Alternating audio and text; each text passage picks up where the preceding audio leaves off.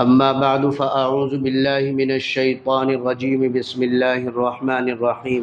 خلقکم فمنکم کافر ومنکم مؤمن۔ ابھی چند دن پہلے یو پی حکومت کی طرف سے کانوڑ یاترا کے دوران ان کے راستے میں آنے والے ہوٹلوں، ڈھابوں، ریسٹورنٹوں، سبزی بیچنے والوں، پھل بیچنے والوں، کرانے کی دکان چلانے والوں، غرض یہ ہے کہ کسی بھی طرح کا کاروبار کرنے والوں سے اس بات کا مطالبہ کیا گیا ہے کہ وہ اپنے نام کی تختی اور سائن بورڈ لگا کر کے کاروبار کریں، جبکہ دوسری طرف اپنی مذہبی شناخت اور پہچان ظاہر کرنے والوں کو یہی لوگ متشدد اور کٹر پنتھ سے تعبیر کرتے ہیں۔ مثلا فوج میں، پولیس میں داڑھی رکھ کر کے نوکری کرنا، مسلم لڑکیوں کا حجاب اور نقاب پہن کر کے اسکول اور کالج کی تعلیم حاصل کرنے کے لیے جانا، یا دیگر جگہ اپنی مذہبی شناخت اور پہچان کو ظاہر کرنے پر یہی لوگ اعتراض کرتے ہیں۔ گویا کہ ایسا لگتا ہے کہ جہاں ہم اپنی شناخت اور پہچان ظاہر کرنا چاہتے ہیں، وہاں دوسرے بد عمل، بے عمل اور عام مسلمانوں کی مثال دے کر کے ہم کو اس سے باز رکھنے کی کوشش کی جاتی ہے، اور جہاں ہم اپنے کاروباری ضرورتوں کے پیش نظر اپنی پہچان ظاہر نہیں کرنا چاہتے، وہاں ہمیں کاروباری طور پر نقصان پہنچانے کے لیے اپنی شناخت اور پہچان ظاہر کرنے پر مجبور کیا جاتا رہتا ہے۔ تو ان حالات میں اور ایسے موقع پر مسلمانوں کے لیے لائے عمل کیا ہونا چاہیے؟ وہ کس طرف جائے؟ کیا حقیقتاً مسلمانوں کو اپنی شناخت اور پہچان ظاہر کرنا نقصان دہ ہے یا پھر نفع بخش؟ سیاسی طور پر تو ہم اس پر بات نہیں کرتے، لیکن چونکہ ہم مذہبی لوگ ہیں تو مذہب کے دائرے میں رہ کر کے اپنی قوم و ملت کو اپنے آقائے نامدار احمد مجتبی محمد مصطفیٰ صلی اللہ علیہ وسلم کی سیرت طیبہ سے سبق لینے کی ترغیب دیتے ہیں، اور بتاتے ہیں کہ جب مسلمانوں پر ایسے حالات آئیں تو اس وقت میں مسلمان اپنا کردار کیسے ادا کرے۔ کیا واقعی کاروباری طور پر اپنی شناخت ظاہر کرنا، عبادت کے طور پر اپنی شناخت ظاہر کرنا مسلمانوں کے لیے نفع بخش ہے، نقصان دہ ہے؟ تو اس کا ہم جائزہ لیتے ہیں سیرت طیبہ کے پہلو سے۔ اللہ کے نبی علیہ السلام جب مکہ سے آپ نے مدینہ ہجرت فرمائی تو آپ نے وہاں دیکھا جا کر کے عاشورہ کے وقت کہ یہودی اس دن روزہ رکھتے ہیں۔ آپ علیہ السلام نے ان سے پوچھا، تم اس دن روزہ کیوں رکھتے ہو؟ یہودیوں نے کہا تھا، بنی اسرائیل نے کہا تھا کہ اس وقت چونکہ اللہ رب العزت نے فرعون کے ظلم و ستم سے بنی اسرائیل کو نجات دی تھی، فرعون اور فرعونیوں کو اس وقت دریا میں غرق کیا تھا، اس کے جشن کے طور پر اور اس نعمت کے اظہار کے طور پر ہم روزہ رکھتے ہیں۔ اس وقت اللہ کے نبی علیہ السلام نے یہ کہا تھا کہ اے یہودیوں، جتنا تعلق تمہارا موسیٰ علیہ السلام سے ہے اس سے زیادہ تعلق ہمارا موسیٰ علیہ السلام سے ہے، اس لیے اگر تم ایک روزہ رکھتے ہو تو میں اپنے ماننے والے کو یہ کہتا ہوں کہ وہ ایک کے ساتھ دوسرا بھی روزہ رکھے تاکہ تمہاری مشابہت بھی نہ ہو اور موسیٰ علیہ السلام پر اس نعمت کے اظہار کا شکریہ بھی ادا ہو جائے۔ اس روایت سے پتہ چلتا ہے، اس واقعے سے معلوم ہوتا ہے کہ نبی کریم علیہ السلام نے اپنی قوم کو، اپنی ملت کو، اپنے ماننے والوں کو، ایمان والوں کو دوسری قوموں سے عبادت میں بھی ان کے ساتھ تشبیہ دینے کو منع کر دیا ہے کہ جیسے وہ عبادت کریں ایسے تمہیں عبادت بھی نہیں کرنی۔ گویا کہ تمہیں اپنی ایک الگ پہچان بنانی ہے، اپنی ایک الگ شناخت بنانی ہے، تمہاری تہذیب الگ ہو، تمہارا تمدن الگ ہو، تمہارا کلچر الگ ہو، تمہاری عبادت الگ ہو، تمہاری ہر چیز دوسری قوم سے الگ ممتاز اور الگ شناخت ہونی چاہیے۔ نبی پاک علیہ السلام نے اس لیے ارشاد فرمایا، خالف المشرکین، کہ شرک کرنے والوں سے اپنا ایک الگ امتیاز، ایک الگ ڈیفرنٹ اپنا راستہ اختیار کرو. گویا کہ جیسا وہ کھاتے ہیں ایسا مت کھاؤ، جیسا وہ پہنتے ہیں ایسا مت پہنو، جیسا کہ وہ چلتے ہیں ایسا مت چلو، جہاں وہ کام کرتے ہیں ایسا نہ کرو، جو عبادتیں جس وقت وہ کرتے ہیں اس وقت عبادت بھی نہ کرو. ہر طرح اپنی تہذیب و تمدن کو دوسری قوموں سے آپ نے بالکل ممتاز کر کے یہ اپنی قوم کو ایک اہم ترین سبق دیا ہے. آپ اندازہ لگا سکتے ہیں کہ جس اسلام نے، جس نبی نے پوری انسانیت کے لیے رحمت کے دروازے کھول دیے ہوں، اسی نبی پاک علیہ السلام نے اپنے ماننے والوں اور مسلمانوں کے لیے زندگی گزارنے کے طور طریقے اور اس کی تہذیب و تمدن کو الگ قرار دیا ہے. گویا کہ اس کی الگ پہچان ہونی چاہیے. اگر ہم اس سے آگے بڑھیں اور اس سے آگے بڑھ کر کے تجارت کا، کاروبار کا، بازار کا، منڈی کا، فیکٹری اور جو ہے دکانوں کا جائزہ لیں تو اس میں بھی اللہ کے نبی علیہ السلام نے ایک الگ راہ اختیار کی ہے. آپ علیہ السلام جب مکہ سے مدینہ ہجرت فرما گئے تو آپ جب مدینہ پہنچتے ہیں تو مدینہ کے بازاروں میں جا کر کے دیکھتے ہیں وہاں یہودیوں کو قبضہ ہے اور پورے بازار پر یہودی حکمراں بنے ہوئے ہیں. لیکن ان کی بازار کی صورت یہ ہے کہ وہاں سود ببانگ دوہل چلتا ہے، بیاج وہاں ببانگ دوہل دیا جاتا ہے، وہاں لوٹ مار ہوتی ہے، وہاں کم تولا جاتا ہے، وہاں جھوٹ بولا جاتا ہے، وہاں امانت داری میں خیانت ہوتی ہے، وہاں ناپ تول میں کمی ہوتی ہے، وہاں بکا ہوا مال واپس نہیں لیا جاتا بلکہ وہاں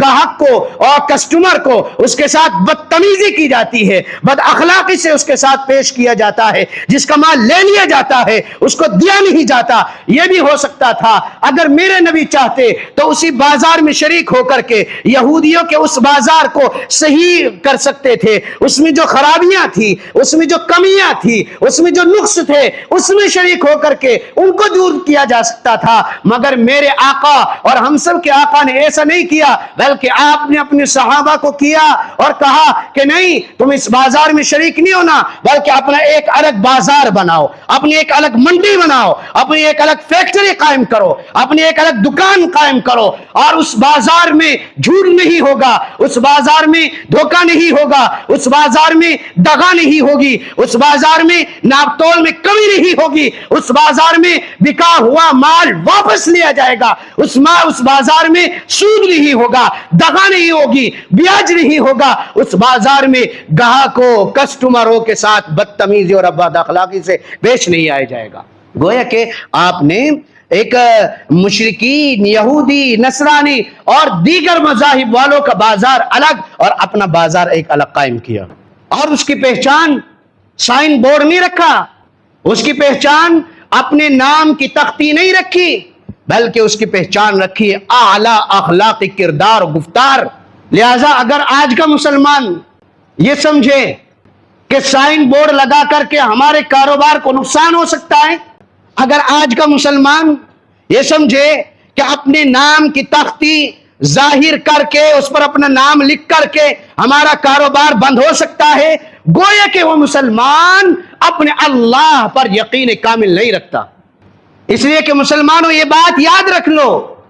مسلمان کی پہچان سائن بورڈ لگانے سے نہیں ہوتی، اپنے نام کی تختی لگانے سے نہیں ہوتی. مسلمان کی پہچان ہے اعلیٰ اخلاق، مسلمان کی پہچان ہے سچائی، مسلمان کی پہچان ہے امانت داری، مسلمان کی پہچان ہے بکا ہوا مال واپس لینا، مسلمان کی پہچان ہے اپنے کاروبار کو سود اور بیاج سے پاک کرنا، مسلمان کی پہچان ہے دغا سے، فریب سے، جھوٹی قسمیں کھا کر کے اپنے عیب دار سامان نہ بیچنا. یہ مسلمان کی پہچان ہے. اگر آج بھی مسلمان اس اصول پر اور ان اخلاق پر قائم رہتا ہے، رب کعبہ کی قسم ہے اس کے لیے میرے نبی نے اعلان کیا کر دیا ہے التاجر الصدوق الامین مع النبیین والصدیقین والشہداء والصالحین. اے مسلمانوں، جو مسلمان کاروباری سچا بولتا ہے، امانت داری کے ساتھ کاروبار کرتا ہے اور جھوٹ نہیں بولتا،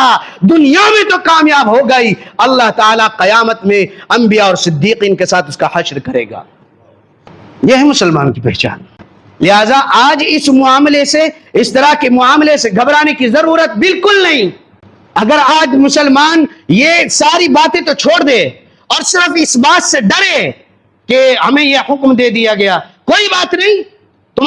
تمہیں تو اپنے اوپر فخر ہونا چاہیے، ناز ہونا چاہیے کہ ہماری پہچان قرآن میں اللہ نے بیان کی ہے خلقکم فمنکم کافر ومنکم مؤمن، اللہ نے تمہیں دو درجوں میں تقسیم کیا ہے، ایک درجہ ہے ماننے والوں کا اور ایک درجہ ہے نہ ماننے والوں کا۔ الحمدللہ ثم الحمدللہ، ہمارا ایمان ہے اللہ پر، ہمارا ایمان ہے رسول اللہ پر، اور اللہ اور اس کے رسول پر ایمان رکھنے والوں کی ایک الگ پہچان ہے اور اس پر نہ رکھنے والوں کی ایک الگ پہچان ہے۔ حضرت صحابہ اکرام رضوان اللہ تعالی علیہم اجمعین جو کاروبار کرتے تھے، آپ اس کا اندازہ لگائیں نا۔ حضرت عبد الرحمن ابن عوف رضی اللہ تعالی عنہ جلیل القدر صحابی ہیں، اتنے بڑے صحابی ہیں کہ آپ اور اتنے بڑے ہی کاروباری ہیں، ان کے کاروبار کا خلاصہ لب لباب اور اس کا نچوڑ جو نکلتا ہے وہ نچوڑ یہ ہے کہ ان کے کاروبار میں اللہ تعالیٰ نے اتنی برکتیں عطا فرمائی تھی، اتنی برکتیں عطا فرمائی تھی کہ وہ ٹاپ کلاس مالداروں میں شمار ہوتے تھے۔ ان کے سلسلے میں آتا ہے روایتوں میں کہ ان کو اپنے یہاں سونا بھی کلاڑی سے کاٹنا پڑتا تھا، کلاڑی سے ہے، امے سے کسی کے پاس نہیں ہے، لیکن انہوں نے سائن بورڈ کا سہارا نہیں لیا اور اس کے آنے پر جو مطلب رنجیدہ یا بے بس یا بے کسی کے کسی زندگی نہیں گزاری۔ انہوں نے جو اصول ان کے کاروبار کے ہیں، نمبر ایک، انہوں نے دھوکہ نہیں دیا، انہوں نے جھوٹ بول کر کے کاروبار نہیں کیا، انہوں نے گاہکوں کے ساتھ بدتمیزی نہیں کی، انہوں نے سود بیاج سے اپنے کاروبار کو بالکل پاک رکھا، بکا ہوا مال واپس لینا ان کی علامت بن گئی تھی، یہ ان کی پہچان تھی جس کی وجہ سے ان کے کاروبار میں خوب ترقی ہوئی، کوئی نہیں روک سکا۔ اس لیے مسلمانوں کو ان حالات میں کیا کرنا چاہیے، ایک دو باتیں خاص طور سے ملحوظ خاطر رکھیں۔ ایک بات تو یہ ہے کہ سب سے پہلے اللہ کی ذات پر یقین رکھیں، اللہ کی ذات پر،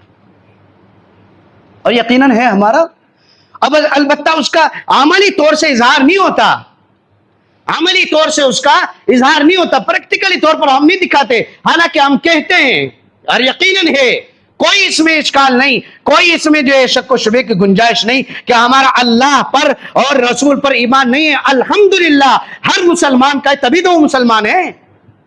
لیکن اس کو پریکٹیکلی طور پر بھی ظاہر کر کے دکھائیں نا۔ اور اس کا مطلب یہ ہے کہ اپنے کاروبار میں یہ بات یقین کر لے کہ پوری دنیا تمہیں نقصان پہنچانے پر اتفاق کر لے، پوری دنیا تمہارے کاروبار کو بند کرنے اور روکنے پر اتفاق کر لے، پوری دنیا تمہارا بائیکاٹ کرنے پر اتفاق کر لے، وہ ہرگز نہیں کر سکتی جب تک کہ اللہ نہیں چاہے گا۔ اللہ چاہے گا تو تمہارا کاروبار رک سکتا ہے، اور نہیں چاہے گا تو کوئی نہیں روک سکتا۔ اگر ساری دنیا مل کر بھی تمہیں تمہارے کاروبار کی طرف آنے والے لوگوں سے روکنا چاہے تو وہ نہیں روک سکتا اگر اللہ نے چاہا، اور اگر اللہ نے نہیں چاہا سارے ذرائع استعمال کرو، تمہاری ٹھیلی، تمہاری دکان، تمہاری فیکٹری اور تمہارے یہ کاروبار کی طرف کوئی نہیں آ سکتا۔ لو انفقت ما فی الارض جميعا ما الفت بین قلوبہم ولکن اللہ الف بینہم، اللہ نے فرما دیا کہ اے لوگو، اگر تم ساری زمین بھر کر بھی مال خرچ کرو اس بات پر کہ لوگ تم سے محبت کرنے لگے، تمہارے کاروبار کی طرف آ جائیں، تو لوگوں کے دل تمہاری طرف متوجہ ہو جائے، رب کعبہ کی قسم ایسا ہو نہیں سکتا اگر اللہ نہ چاہے، اور اگر اللہ چاہے تو تمہیں ذرہ برابر خرچ کرنے کی ضرورت نہیں، اللہ تعالیٰ خود ہی بھیج دے گا۔ آپ نے دیکھا نہیں، بعض گلیوں میں ایسی دکانیں ہوتی ہیں کہاں پتہ بھی نہیں، آدمی سوچ بھی نہیں سکتا اس میں بھی کوئی دکان ہو سکتی ہے، اب پتہ چل رہا کہ دور دور تک اس کا نام بجتا ہے، دور دور تک اس کی شہرت ہوتی ہے، دور دور سے اس کے پاس آرڈر آتے ہیں، پتہ کیا چلا، چوراہے پر دکان ہونا، مین مارکیٹ میں مین جگہ پر تمہارے کاروبار کا ہونا، یہ اس بات کی ضمانت نہیں ہے کہ تمہارا کاروبار ترقی کر جائے گا، اور کسی بند گلی میں بند جگہ لوگوں کی آنکھوں سے دور تمہارے کاروبار کی یہ بات نہیں ہے کہ وہ ترقی نہیں کر سکتا۔ ترقی کرنا لوگوں کے پہچان اور نہ پہچان پر نہیں ہے، ترقی کرنا اللہ کے بھیجنے اور نہ بھیجنے پر ہے۔ حدیث شریف میں ہے کہ جس طرح موت ہے نا، موت رزق کو موت ہے نا انسان کو تلاش کرتی ہے، جہاں بھی انسان ہوتا ہے موت وہیں پہنچ جاتی ہے، ملک الموت وہیں پہنچ جاتا ہے روح نکالنے کے لیے۔ ایسے ہی یہ رزق بھی موت کی طرح ہے، انسان جہاں کہیں بھی کسی بھی حالت میں چلا جائے اس کے حصے میں مرنے تک جتنا رزق رکھا ہے اس کو وہ ڈھونڈ کر کے وہیں پہنچے گا۔ لہذا ان باتوں سے کبھی گھبرانے کی ضرورت نہیں ہے۔ مسلمان کا دل اللہ پر جمتا ہے، مسلمان اللہ پر بھروسہ رکھتا ہے، بس مسلمان کو اسلامی تعلیمات، اسلامی اخلاق اور اسلامی اصولوں کو اپنانے کی ضرورت ہے۔ اگر یہ اپنائے پھر کوئی نقصان کی بات نہیں، یہ تو اللہ نے لکھا ہے۔ ایک تو یہ کہ اللہ پر سب سے زیادہ جو ہے بھروسہ رکھے، اور دوسرا بھائی یہ نا اپنے اخلاق کی بھی جو ہے جائزہ لے۔ آج ہم نے بڑوں کی تو بات کیا، بڑے کاروباری جو دھوکہ کر رہے ہیں وہ کروڑوں میں کر رہے ہیں، وہ لاکھوں میں کرتے ہیں، لیکن جو چھوٹے 5 روپے 10 روپے کے کاروبار کرنے والے ہیں وہ بھی کم نہیں ہیں۔ آپ ٹھیلی والوں سے کو پھل لے کر کے دیکھو، آپ لہسن والوں سے وہ لے کر کے دیکھو، پیاز والوں سے وہ لے کر کے دیکھو، پرچون کی دکان والوں سے 2 روپے کی ٹافی لے کر کے اس میں بھی دھوکہ ہے۔ بڑے بڑے کاروباریوں کو سب کہہ دیتے ہیں، لیکن جو چھوٹے یہ جو سپیرے ہیں نا، یہ ان کو کون جو ہے کہے گا کہ بھائی تم جو ہے نیچے لگا کر کے کم تولنے پر جو ہے مطلب یہ سارا کاروبار کر رہے ہو، ان کے روزے میں کیسے برکت آ جائے گی؟ لہذا سب سے پہلے اپنے اخلاق بھی مطلب صحیح کریں۔ ناپ تول میں کمی یہ حضرت شعیب علیہ السلام کی قوم سے چلا تھا، اللہ تعالیٰ نے اس گناہ کی وجہ سے اس پوری قوم کو تہہ بالا کر کے ختم کر دیا تھا۔ اگر آج یہ گناہ ہماری قوم میں ہو جائے یا ہماری قوم میں سے جو فرد اپنے کاروبار میں کرے گا اور یہ سوچ رکھ کے کاروبار اس کا ترقی کر دے گا، بھول ہے، نہیں ہو سکتی۔ لہذا اس جو ہے دھوکے سے، فریب سے اپنے آپ کو بچائیں۔ اور تیسری بات، یہ اسلامی اصول ہے، اس کو اپنانا چاہیے کہ بکا ہوا مال واپس لینا۔ ایک چٹ لگا دی جاتی ہے کہ یہاں بکا ہوا مال واپس نہیں لیا جائے گا، تو کیسا بھی عیب دار سامان اچھے پیسے والے سامان کی قیمت میں دے کر کے دھوکہ دے دے وہ تو چلے گا، لیکن اگر کوئی جا کر کے اس دھوکے پر تمہارے گھر جا کر کے دکان سے اتر کر کے مطلع ہو، اس کو پتا چلے تو واپس نہیں لیا جائے گا۔ الٹا اگر یہاں بیٹا بٹھا رکھا ہے یا کوئی نوکر بٹھا رکھا ہے اور عیب دار سامان وہ کسی طرح بیچ دے اچھے پیسوں میں، تو آ کر کے اس کو انعام سے نوازا جائے، یار میرے سے بکا ہی نہیں وہ سامان، وہ تم نے بیچ دیا، کمال کر دیا، واقعی یار یہ جو لڑکا ہے نا بڑا مائنڈیڈ ہے، بڑا کاروباری ہے، بڑا دماغ چلتا ہے اس کا، یہ تو کسی سے جو ہے مطلب نہیں دبتا، جو سامان میرے سے مہینوں نہیں بکا وہ سامان اس جو ہے لڑکے نے منٹوں شنٹوں میں بیچ دیا، واہ یہ مسلمان کی شان۔ تو اب وہ اس بات پر جو یہ کام کر کے یہ تصور کرے کہ جی فلاں نے سائن بورڈ لگانے کا حکم دے دیا اس لیے ہمارا کاروبار رک گیا، تو اس کا کاروبار اس کی وجہ سے نہیں رکا، تختی اور سائن بورڈ لگانے سے نہیں رکا، تمہارے دھوکے اور فریب سے رکا ہے جو تم نے عوام کو دے رکھا ہے۔ ورنہ کاروبار کے سلسلے میں کوئی آدمی مذہب کو نہیں دیکھتا، کوئی آدمی دھرم کو نہیں دیکھتا، وہ دیکھتا ہے کہ جس کے پاس مال اچھا ہوگا، جو مال سستا دے گا، جس مال میں جھوٹ نہیں ہوگا، وہ اس کو بغیر مذہب کے جو تصور کیے اس سے مال لے لیتا ہے۔ اس لیے آپ دیکھیں، تو اس لیے مسلمانوں اس بات کو یاد رکھو کہ اس طرح کے احکامات سے مسلمان کو بددل، مسلمانوں کو پست ہمت اور مسلمانوں کو بے بسی نہیں سمجھنی چاہیے۔ یہ اللہ تعالیٰ کی طرف سے امتحان ہوتے ہیں اور ہمارے اپنے اعمال کو سدھارنے کی یہ گویا کہ ایک سبق اور تعلیم ہوتی ہے۔ اس لیے اس احکامات کو نعمت سمجھ کر کے قبول کریں اور اپنے بگڑے ہوئے اعمال کے صحیح اور اصلاح کرنے کی کوشش کریں۔ اللہ تعالیٰ کہنے سننے سے زیادہ عمل